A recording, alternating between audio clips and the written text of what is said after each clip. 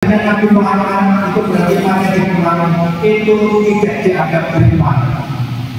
Ya.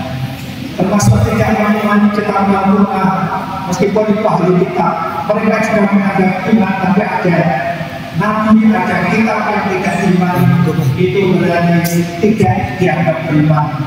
Termasuk syarat iman itu harus mengimani firman-firman Allah. Ada satu ayat pun yang diingkari, tidak ada satu nabi pun yang diingkari. Termasuk tidak ada apa yang difirmankan Allah itu tidak. Ini syarat iman. Apakah satu? Itu perlu 10 menit. Kira-kira usah bicara.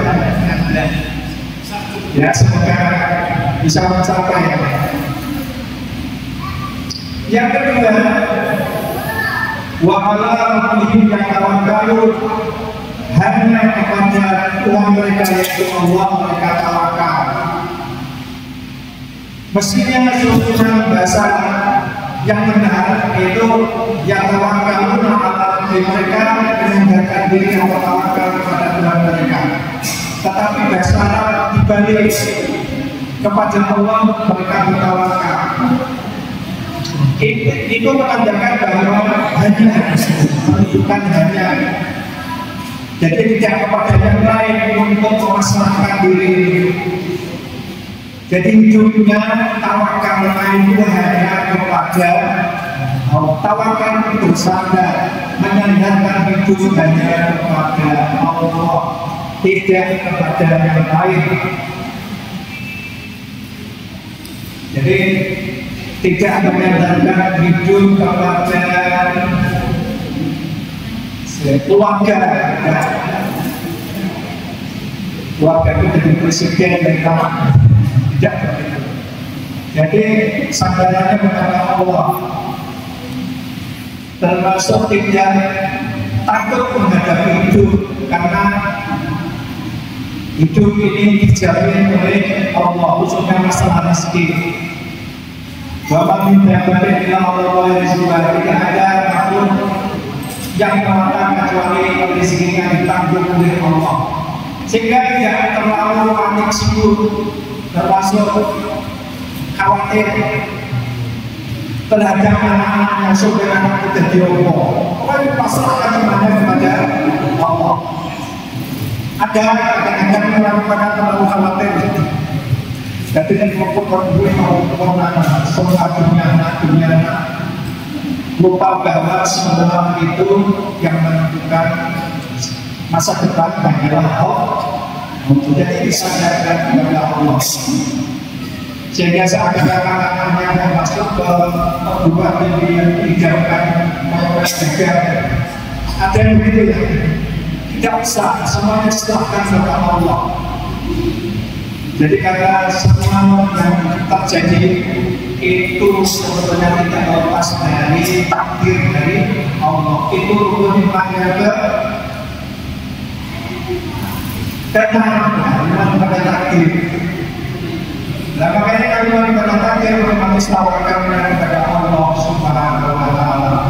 Tidak bersandar kepada jabatan, tidak bersandar kepada istri, pada suami, pada anak. Termasuk kalau saya nanti keluar suatu sebuah aku rasa bingung.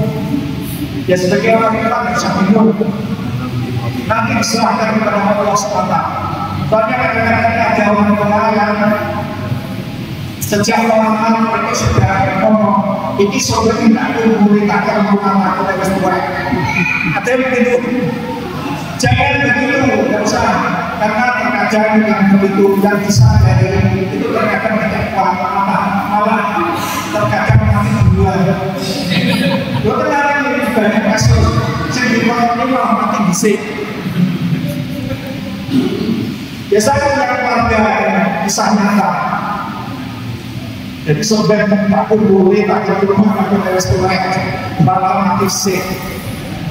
Di samping itu orang yang disadari itu tidak diridhoi Allah, sehingga ekonominya juga sulit. Makanya bebaskan aja. Wah, dan Tuhan sebetulnya Allah mengatur. Aku memang sopos-soposnya. Itu ya. Itu namanya tawakal kepada Allah Subhanahu wa taala. Sudah mulai. Jadi tawakalnya sampai di situ. Sebenarnya termasuk nasib kita bagaimana serahkan semuanya kepada Allah. Hidup bebas kalau memang orang bertawakal kepada Allah.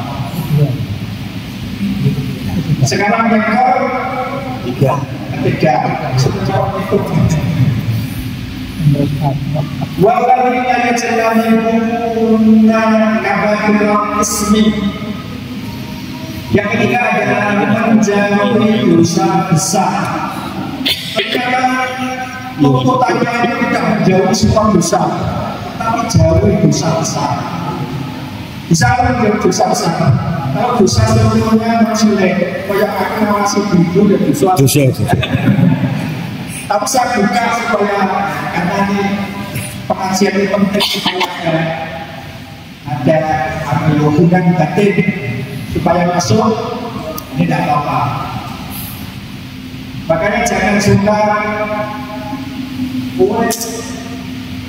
anakmu berizin melakukan apa dosa rokok ada yang model begitu yang memang dosa tetapi nggak sampai begitulah karena saling memandang laki-laki perempuan itu bukan dosa besar. Yang memang kalau bisa dihindari lapisan terbagus yang tetapi jangan sampai menakut-nakuti itu belakang karena itu tidak termasuk dosa besar. Yang memang kita tetap menghindari dosa kecil tetapi syarat untuk bisa masuk surga ternyata tidak sejelimet itu. Yang penting kamu menghindari dosa besar. Bahkan ayat-ayat disebutkan intajatan itu kabar yang ma'udhauna kafir antum sajadanikum. Diawali dengan hai orang yang beriman, jika kamu bisa menjauhi dosa-dosa besar, maka dosa-dosa kecil akan saya ampuni. Saya katakan dosa kecil. Makanya dari yang bertakbir itu harus disokong apa? Ya memang arahnya ke sana, tetapi yang pokok-pokok memang harus kafah. Tetapi terkadang perbedaan khilafnya yang kecil-kecil jangan terlalu terang. Karena memang Quran menggariskan yang penting kamu menjauhi dosa besar. Ketiga, dosa besar yang paling besar adalah syirik, terus durhaka kepada orang tua, dan yang disebutkan dalam Al-Quran, ya hukumannya Allah jelas, ya dalam keras budi dan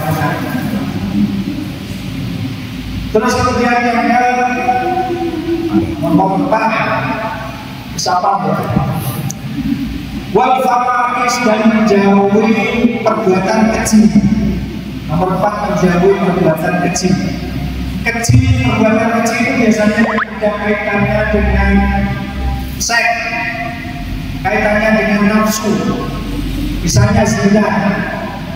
Terus kemudian sekitar itu, artinya sekitar itu dia termasuk ucapan yang turun, termasuk menuduh zina, itu juga perbuatan kecil. Ngomong-ngomong si jorok lain jenis itu deh, itu harus dijauhi.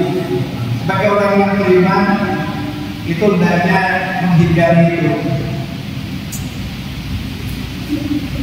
Nah, jadi ya sebetulnya nggak terlalu nggak bisa sekali, bisa apa? Jadi menjauhi perbuatan kecil. Jadi jangan sampai ngomong jorok, termasuk perbuatan zina, terus orang bujuri tidak mulut kecuali terpaksa karena darurat, ya harus menghindari hal itu. Sekarang yang kelima, wa idza ghadibuhum yang itu apabila dia marah itu akhirnya bisa memaafkan. Orang marah itu rata-rata kan tidak bisa memaafkan, tetapi dia yang marah kamu bisa memaafkan. itu salahnya. Jadi dalam keadaan emosi dia bisa memaafkan. Misalnya ya, ada orang, dicontoh saja, pinjam motor kita, ternyata dipakai jatuh, rusak, pecah, ada yang pecah, dikembalikan tidak ngomong, kira-kira pakai apa? Marah ya, pinjam rusak, nggak ngomong, apa? Dipanggil, dimarahin. Tapi akhirnya bisa memaafkan, itu salahnya. Tak kalau tidak bisa memaafkan, itu berarti angel di surga. Makanya tadi yang dibaca oleh Pak Adi Mulyo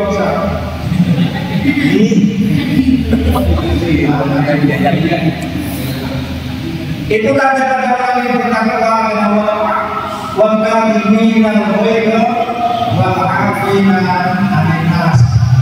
Jadi ketika emosi terus ditahan, terus akhirnya bisa memaafkan orang lain.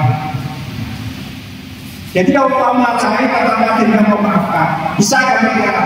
Insyaallah. Itu semua bisa dilakukan kalau memang menyadari bahwa semua yang kita miliki sebenarnya itu kejahatan semua adalah milik Allah. Ya marah, jadi semua tidak marah. Tetapi akhirnya mampu memaafkan. Jangan sampai kecenderungan mana ini atau dijatuhkan siapa, rusak dan bisa dipakai, marah tidak? Marah, tetapi akhirnya bisa memaafkan. Sebenarnya Islam memberi toleransi, orang marah itu boleh, tetapi tadi yang terbaik langsung bisa memaafkan. Tetapi seandainya masih ada waktu belum bisa melupakan, maksimal 3 hari. Makanya kan ada hadis ya yang mengatakan laya itu limrin ayyahilahu wa salase. Tidak halal karena haram, busuk. Orang tidak saling sama dengan saudaranya lebih dari 3 hari. Makanya lebih dari 3 hari itu harus sudah memaafkan. Sudah tidak ada dendam di antara kita. Pertanyaannya, ibu-ibu, kira-kira betul ibu-ibu, adakah kita yang punya dendam dengan orang lain sampai sekarang ini belum dimaafkan? Ada? Kalau ada, berarti ini sekarang yang sudah syaratnya begitu namanya. Syaratnya harus memaafkan. Baiklah ma'afuhu yang itu. Yang musibah ini harus memaafkan. Nah, apa yang sepuluh gerak sampai skena itu di sini 3 jam bagi orang Islam tidak boleh mengatakan kata-kata 3 jam bagi, tidak boleh. Sebesar apapun kesalahan orang harus dimaafkan. Apalagi sudah mati, kasihan mereka. Makanya harus kita memaafkan.